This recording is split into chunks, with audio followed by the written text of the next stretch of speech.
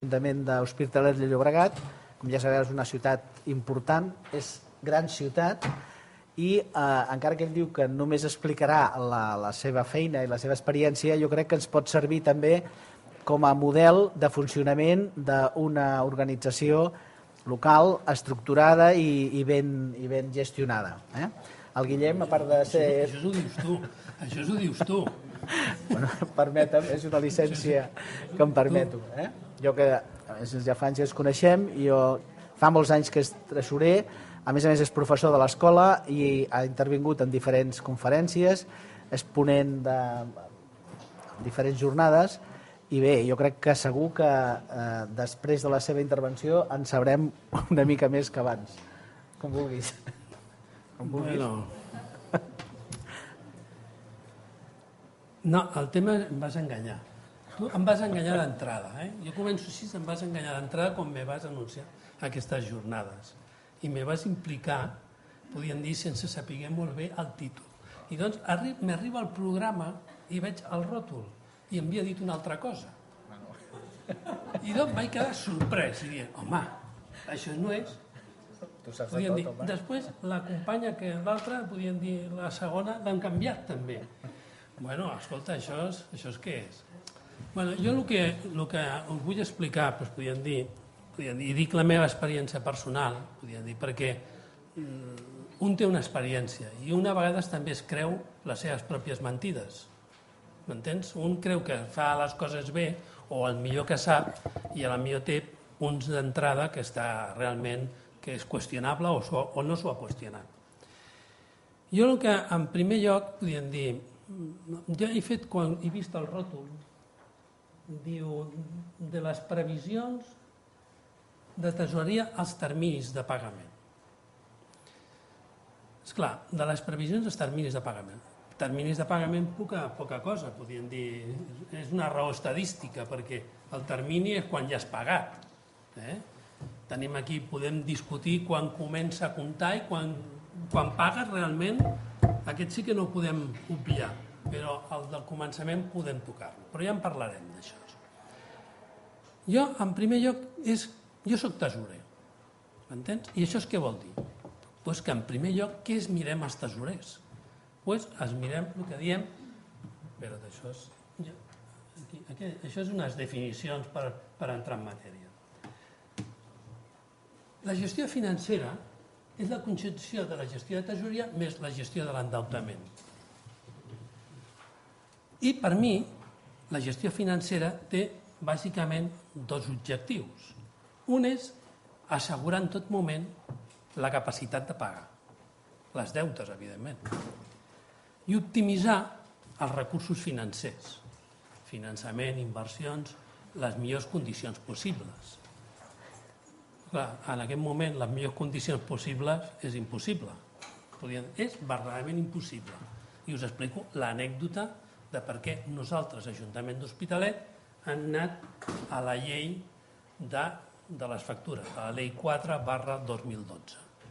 Jo, quan a l'Ajuntament, vam tindre remanent negatiu de tesoreria en la liquidació del pressupost del 2011.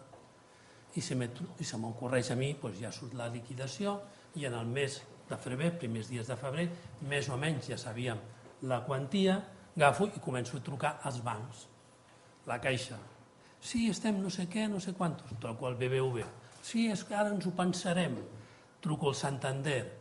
Podríem dir, tots són amics, tots són amics, que si el Jordi Mabres, que si no sé què, tots amigos. Sí, escolta, però ens ho pensarem. Total, de donar una ronda de 8 i escolta, i veig que passen els dies i no ens deien res. Per tant, no ens volíem prestar. Per tant, difícilment, quan et trobes en aquesta situació, tens d'acceptar les situacions que te donen. No tens possibilitat de buscar les millors condicions possibles, sinó les que te donen. I en aquest moment, la situació financera és aquesta. Quan un accepta, és acceptar el que te donen. I l'altra situació, els riscos financers. Per tant, per mi, la gestió financera, des d'un punt de vista de la tesoreria, té aquests dos punts. La liquidez i l'optimització. Aquest és el meu objectiu. Per tant, per aconseguir aquests objectius, és necessari fer una planificació financera. Implica, doncs això és en el temps, un comportament de recursos financers. Implica veure la teva posició, d'on estic, a on parteixo jo, a on estic. I per això què necessites avui en dia? Doncs avui en dia tens tota una sèrie d'eines informàtiques i d'optimització de processos interns teus també. M'entens? Tu pots tindre un paquet de tesoreria, de gestió de tesoreria, pots comprar-lo, i si no, pots tindre unes fulles de càlcul, en el qual et permetrà buscar aquesta optimització de les eines adequades. Entens? Per tant, tenim de definir un sistema de tesoreria, que seria aquesta la definició que jo poso aquí, un sistema de tesoreria que és el conjunt de bones pràctiques amb processos, procediments, eines informàtiques dirigides a optimitzar les funcions de gestió, control i administració present de la tesoreria en cada organització. En els interface, que vol dir en les comunicacions dels altres sistemes d'informació, com comuniques tu la informació perquè sigui vàlida en tesoreria. Per tant, una part tenim processos i per una altra banda tenim eines informàtiques. I doncs aquí us he posat i fet una cosa, i és dir, quins són els 10 principis del cash management de gestió de tesoreria. I aquests són els 10 principis que qualsevol manual de gestió financera us diuen. Diu, primer punt, la liquiditat ociosa 0. Això què vol dir? Que si tinc sobrants de tesoreria, els tinc d'invertir. Si tinc necessitat, tinc de firmar operacions de tesoreria per financiar això. Però jo tindrà liquiditat dintre? No. És optimitzar els serveis. Això què vol dir? Tindrà un sistema informàtic adequat, perquè no treballem en una sola entitat, per tant tindrem diverses entitats per treballar. Per tant, tenim de buscar una manera de com saber quina és la nostra situació de liquiditat. Evitar costos d'oportunitat per la liquiditat ociosa, evidentment.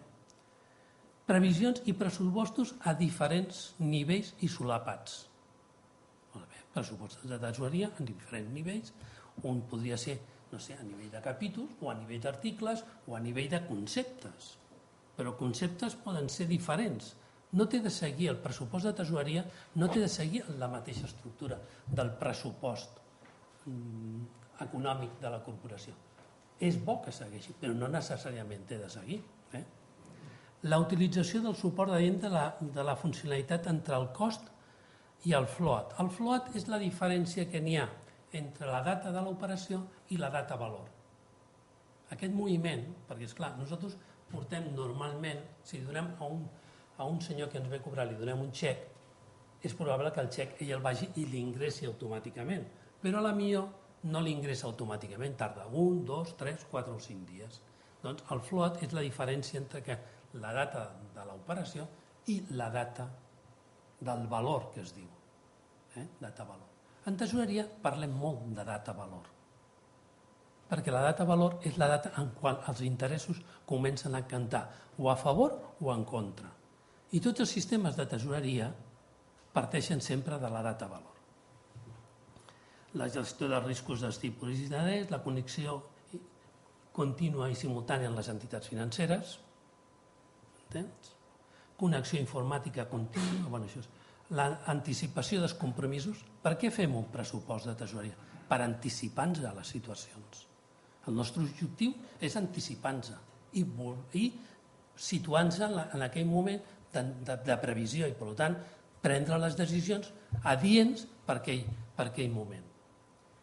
I analitzar les nostres diferències entre la proposteria prevista i la real. I seguir els principis del dia a dia.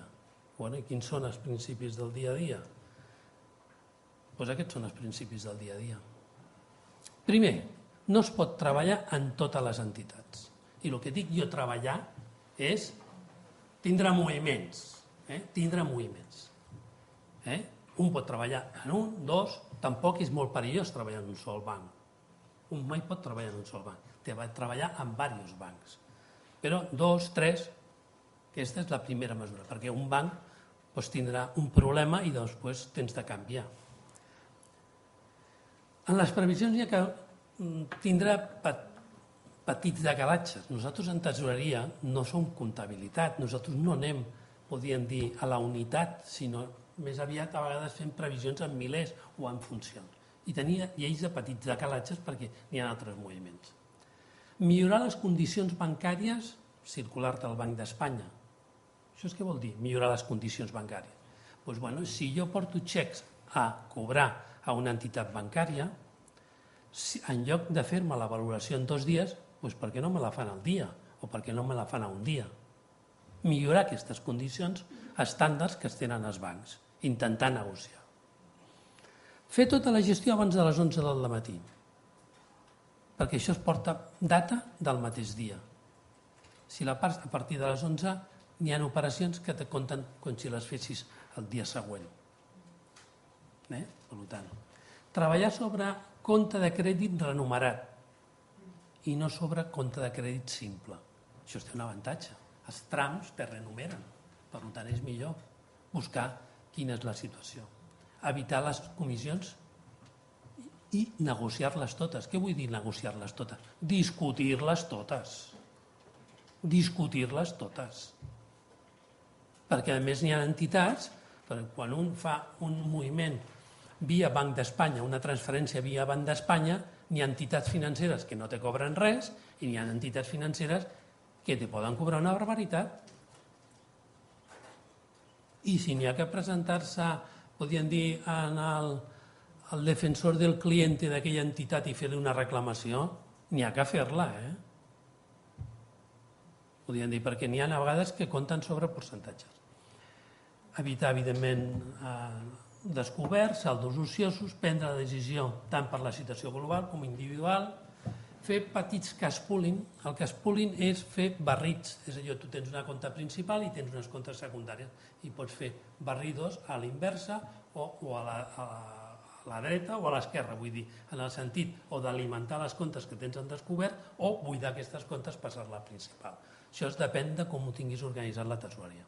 I, evidentment, conciliació i comprovació de les operacions de les condicions econòmiques.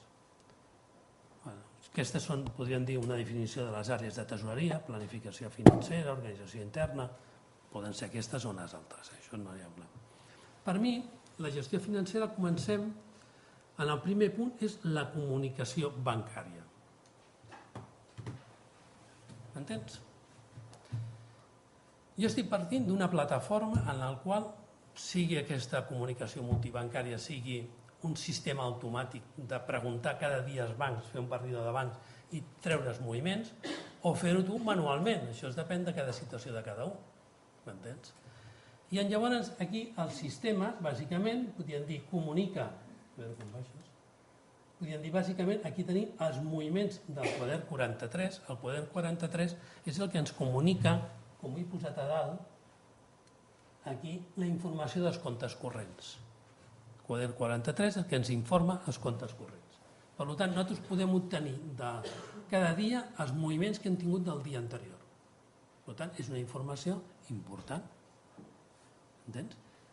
Depèn del sistema que tinguis, el propi sistema valida la informació, veu que el saldo del dia anterior coincideix i entre els moviments, si hi ha alguna dificultat, t'ho avisa que no coincideix i en el qual tens de veure tu quin és el problema. Però bàsicament aquest seria la mostra.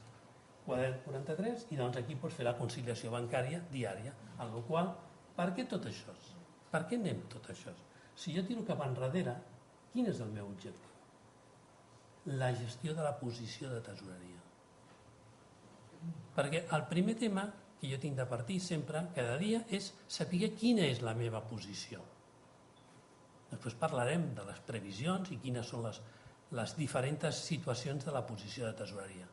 Evidentment, n'hi ha una real, pot haver una estimada i en parlarem.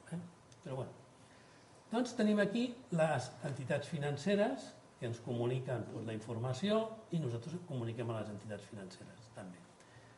Aquí tenim els quaderns bancaris, que tenim el 19, que són les domiciliacions, el 34, les transferències, i aquests són els de recaptació,